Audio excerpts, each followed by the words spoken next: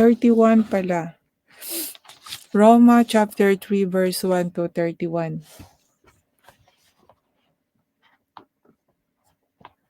Okay. Sa Bisaya po, nakabintaha ba ang mga Hudiyo sa mga dili Hudiyo?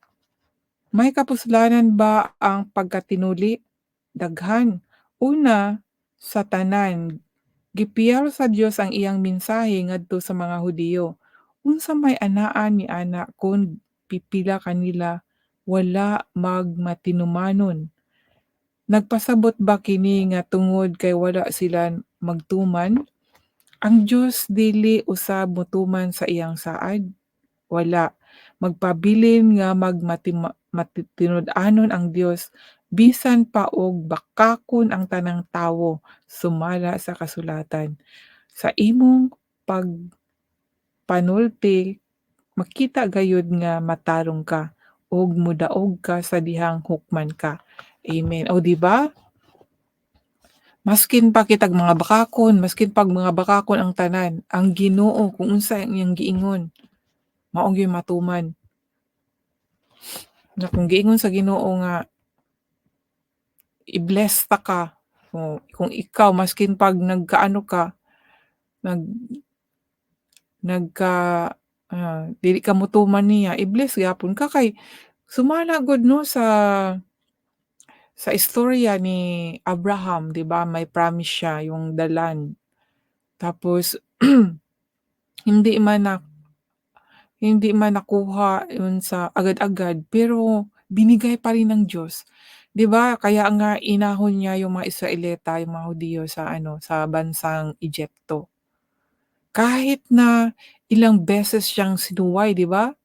Pero binigay pa rin niya yung lupa na yun, 'di ba, imagine na hindi man si Moises ang hindi man si Moises ang nakaano, ang bale nakakuha nun, pero nabigay talaga ni Lord, sa pamamagitan ni Joshua. Si Joshua, nandoon yung sa Book of Joshua mababasa natin. Siya yun, siya ata yun, kung hindi ako nagkamali, siya po yun. Mababasa natin doon. Kasi namatay na yung si Moises, tapos yung bale successor niya ay si Joshua. So, si Joshua yung nagpatuloy hanggang sa nakamit nila yung land. Kaya gano'n po si Lord, yung promise po niya. So, kung may promise ang ating Panginoon sa atin na ibe-bless tayo, kahit pa nagkasala tayo ibe-bless. So, kung hindi man natin mag-gets sa mga sumusunod po sa atin, 'no? Kagaya sa akin, ngayon matanda na ako, anong bless na ibigay sa akin ni Lord, ibigay niya sa mga sumusunod, sa mga anak ko na sana yung 'tong pag-share ko 'no, kasi yung sa pamilya po namin, ang mama ko po talagang alam ko devoted Catholic siya at alam ko may pagmamahal siya sa Diyos, kaya lang siyempre yung turo kasi na hindi ayon sa Bible ba. At ngayon nandito ako, parang ako po yung sumunod at, ang kaibahan lang sa amin ng mama ko dahil siya po yung turo po ng catechist, ano yan, nagtuturo po siya ng mga about kay God sa mga estudyante. Kung ano po yung pinag-aralan niya sa catechist, yun po yung pinag-aralan, not based on the Bible. Ngayon binigyan ako ni Lord based on the Bible. Ito po yung gusto niya na basahin ko kaya nagshi-share po ako, 'di ba? Kung tutuusin po hindi po basta-basta mag-share sa salita ng Diyos. Kayo po ba, kaya po niyo po ba? Mag-Tagalog po ako, sorry, Bisaya. Ah, ano tayo, mixed language tayo ha.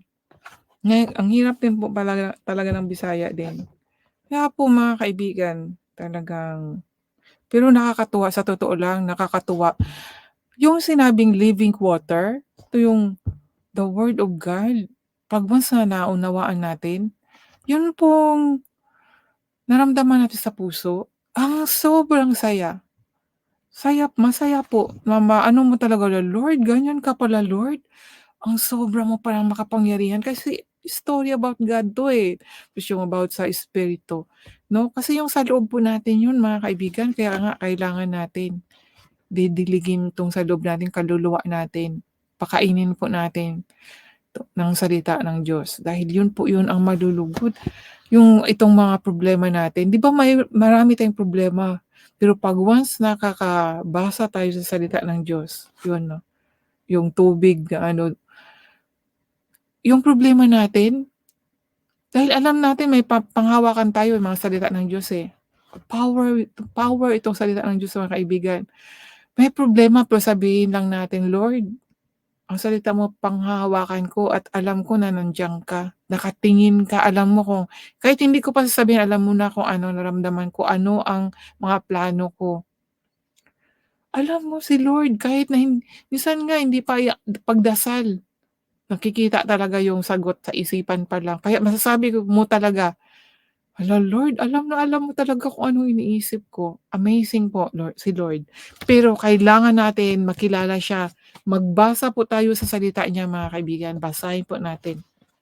Kung ano po, kung anong lengguwahe po, kung saan po kayo nakakaunawa, basahin niyo po.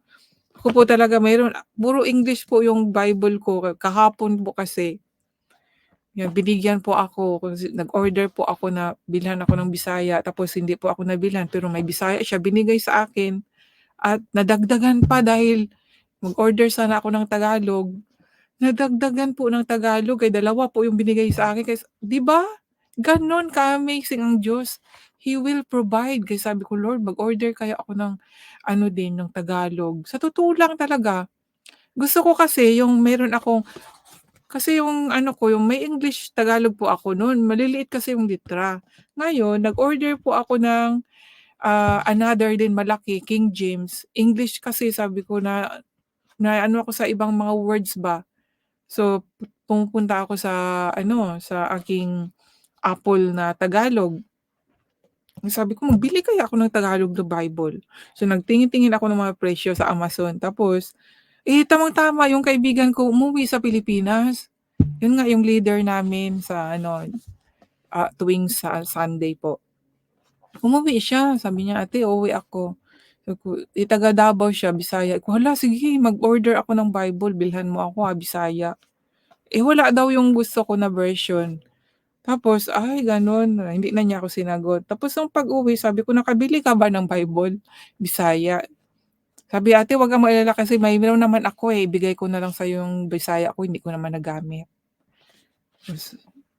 Tapos, dalawa daw yung Bible niya, bigay din niya daw niyang isa, sabi niya, "Oh, sige akala ko puro Bisaya, iba-ibang version, yun pala Tagalog." Kaya amaze talaga ako kay Lord, sabi ko, Lord, ano ko lang, nagplano lang ako na bibili ng Tagalog kasi gusto ko puro Tagalog dahil yun din mag-share ako ng Bisaya, mag-share din ako ng Tagalog, 'di ba?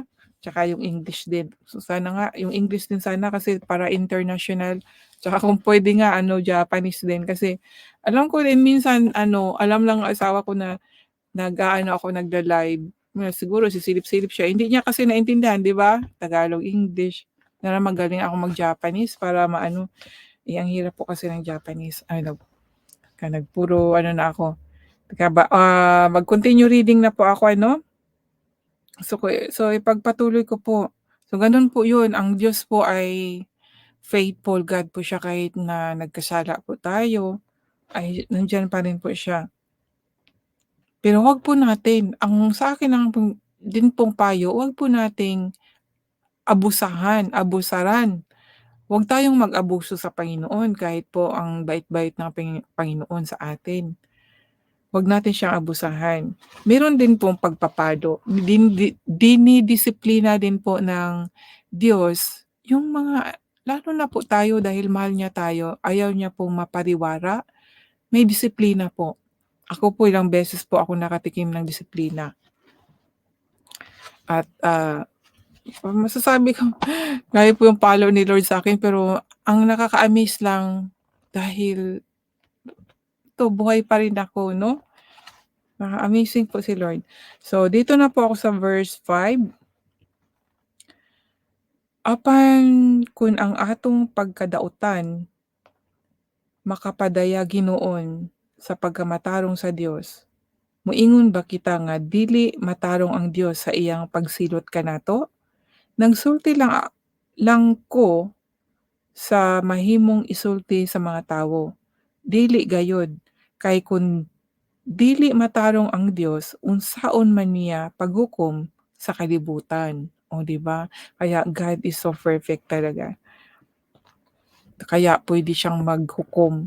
Hindi kagaya sa atin na, makasasala kaya wala tayong karapatan na maghukom. Ngunit mga kaibigan ano, kung tayo ay may alam na sa salita ng Diyos at alam natin na ayaw ng Diyos na gawin ito, puwede naman tayong mag-correct, eh. Tapos nakita natin yung kaibigan natin halimbawa, nakikiapid, alam natin na maling-mali talaga 'yan. Puwede nating sabihin, doon po natin ma-judge kasi nakita natin yung ginawa niyang hindi maganda.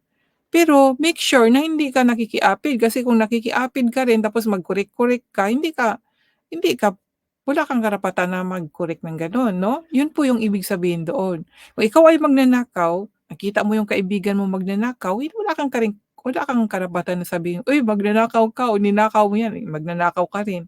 Kaya dapat huwag nating gawin para puwede tayong maghusga o sabihin natin na, "Uy, masama 'yan." 'Di ba?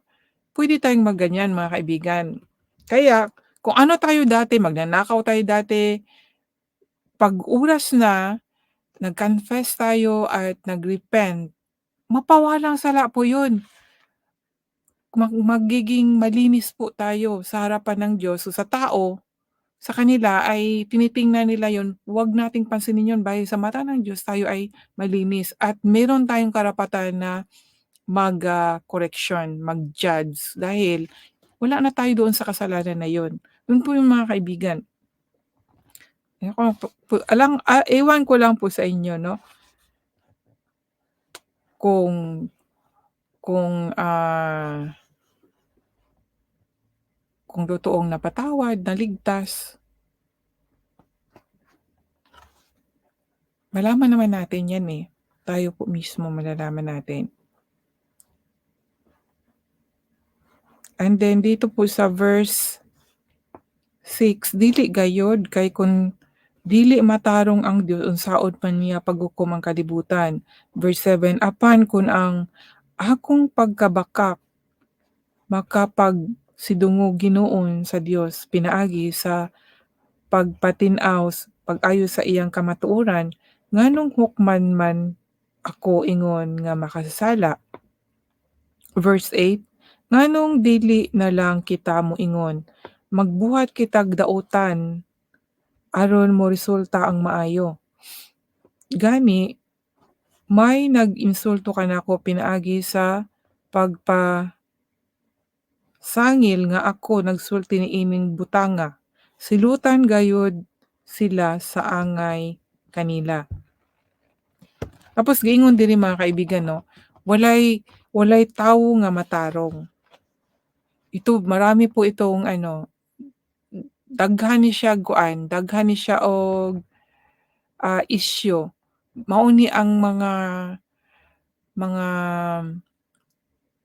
tubag sa mga tao nga halimbawa moingon ang tao nga gi gilimpyo nako sa Ginoo wala na ko'y kasalanan, gipatawad nako.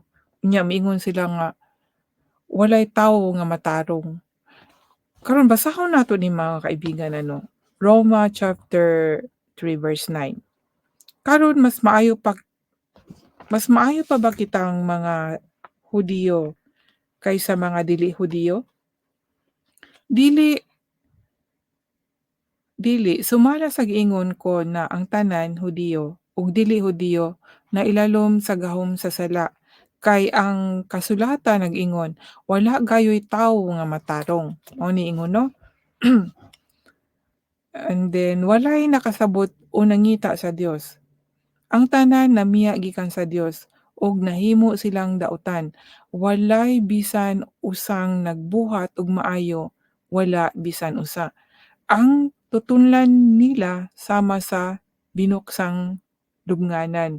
Gigamit nila ang ilang dila sa panglimbong og nanggula sa ang ilang mga ngabil nga kamandag sa bitin.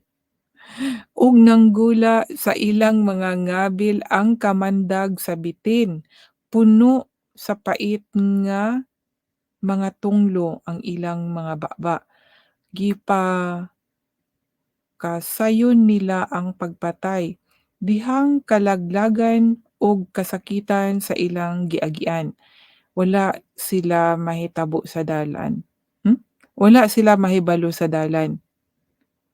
Sa pakigdait, ug wala sila magbaton og kahadlok sa Dios.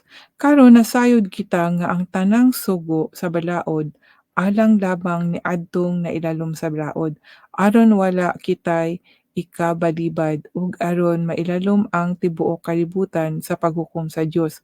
Kay walay mahimong matarong atubangan sa Dios pinaagi sa pagtuman sa balaod. Ang mahimo lamang sa balaod mao ang pagpaila sa tawo nga siya nakasala. So kani mga kaibigan ano, kani naa pa ni ah, sa balaod, under the law. Mao ni yung giingon nga walay tao nga matarong kay under the law. Yung law ni Moises 'di ba yung Ten Commandments. Sa 10 utos na yon walay naka-perfect ato. Mao nga giingon nga walay tao nga matarong, 'no? Mao ni ang ilang ginaingon nga walay perfect. Eh, sa karong panahon nung dumating na si Jesus Christ dahil nga 'no, walay naka-perfect atong Ten Commandments kaning balaod, 10 balaod ni Moises. Magpatay, mag-ano o ano, tsismis o ano-ano ba. Wala gyud makatuman, wa gyud maka-perfect kay kung imong buhaton ang pulo na perfect nimo ang 9 pero naay isa nga na wala nimo nahimo, dili gyapon siya perfect, 'di ba? What I mean is kung 9 lang ang natuman nimo, ang isa wala nimo natuman, not perfect kaya walay matarong. Sa kani nga ano, kani nga istorya, wala pa ni sa ano, yung sa faith na kung kita nag-faith kay Jesus Christ at nag-confess na gyud ta sa atong mga kasalanan tanan-tanan, iya na gyud tang gihugasan ba ang atong espiritu, 'di ba, pagputuli yung na-filled with the Holy Spirit, na talagang nagiging holy na talaga tayo, yung totoong napawalang sala. Yun po 100% malinis na po tayo, wala na po tayong kasalanan doon. Dahil nakasama na yun kay Jesus Christ sa pagpako sa krus.